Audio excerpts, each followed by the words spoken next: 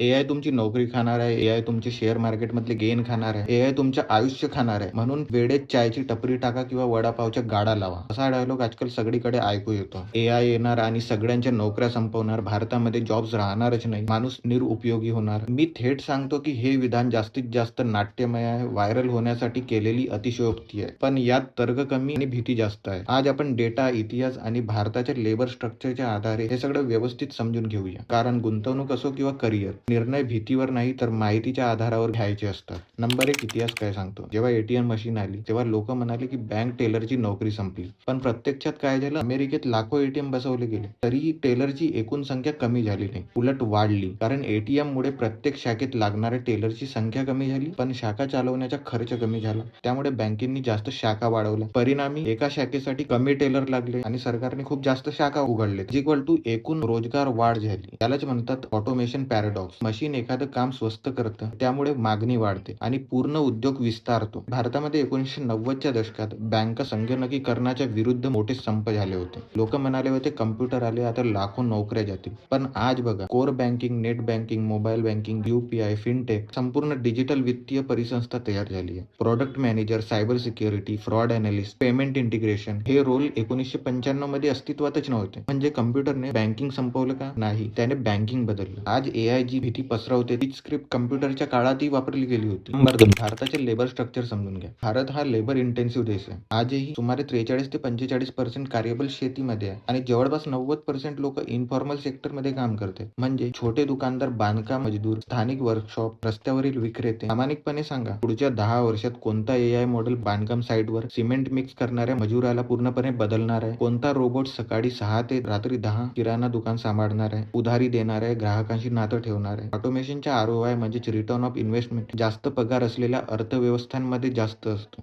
जसे जपान, दक्षिण Korea, Germany. पण भारत लेबर तुलनेने स्वस्त आणि विखुरलेला आहे. रोबोट बसवायच्या तर मशीन प्लस देखभाल प्लस वीज प्लस आयात केलेले पार्ट्स इज इक्वल टू खूप जास्त खर्च. मग एमएसएमई मालक स्वस्त मनुष्यबळ सोडून रोबोट का ठेवेल? 2023 मध्ये भारताने 8,500 इंडस्ट्रियल रोबोट्स बसवले होते. मोठा आकडा वाटतो, पण रोबोट डेन्सिटी फक्त 10,000 मॅन्युफॅक्चरिंग माणसावर 7 रोबोट आहेत आणि जागतिक सरासरी आहे 140 पेक्षा जास्त. दक्षिण कोरियामध्ये 10,000 माणसांवर 2800 प्लस रोबोट्स आहेत. म्हणजे भारतात रोबोट्सची सुनामी नाही तर अजूनही सुरुवातच आहे. नंबर 3, डेटा काय सांगतो. नॅसकॉमच्या अहवालानुसार भारताच्या एआय मार्केट 25 ते 35% CAGR ने वाढत आहे आणि 2027 पर्यंत $17 अब्ज पर्यंत पोहोचण्याचा अंदाज आहे. सध्या सुमारे 4.2 लाख लोक एआय संबंधित भूमिकामध्ये काम करतात. एआय किंवा एमएल रोल्स मध्ये वार्षिक 15% पेक्षा जास्त वाढ दिसते. जर एआय सगळ्या नोकऱ्या खात असेल तर हे 4.2 लाख लोक काय करतात? आणि कंपन्या का म्हणतात की स्किल्ड एआय टॅलेंट मिळत नाही? हा विरोधाभास भीतीचा फुगा फोडतो. नीती आयोगच्या एआय रोडमॅप नुसार योग्य स्किलिंग आणि पॉलिसी केल्यास 2030 पर्यंत 4 मिलियन एआय बेस्ड जॉब्स निर्माण होऊ शकतात. वर्ल्ड इकॉनॉमिक फोरमच्या विश्लेषणानुसार 2027 पर्यंत 83 मिलियन नोकऱ्या विस्थापित होऊ शकतात, पण 69 मिलियन नवीन नोकऱ्या निर्माणही होतील. नेट इफेक्ट सुमारे 2% घट, म्हणजे पूर्ण नाश तर नाही. Number 4, ground reality versus hype. मोठ्या विश्लेषणानुसार 70 ते 85% एआय प्रोजेक्ट अपेक्षित आरओआय देत नाही. अनेक generative AI project proof of concept नंतर थांबतात. भारतातील एका मॅन्युफॅक्चरिंग स्टडीमध्ये 58 कंपन्या एआय रस दाखवतात, पण फक्त 12% अंमलबजावणी करतात. कारण खर्च, स्किल्ड लोकांची कमतरता आणि डेटाची समस्या. लिंक्डइन, ट्विटर, युट्यूबवर एआय सर्वत्र आहे, पण अनेक कारखान्यांमध्ये अजूनही स्प्रेडशीट आणि मॅन्युअल प्रक्रिया चालतात.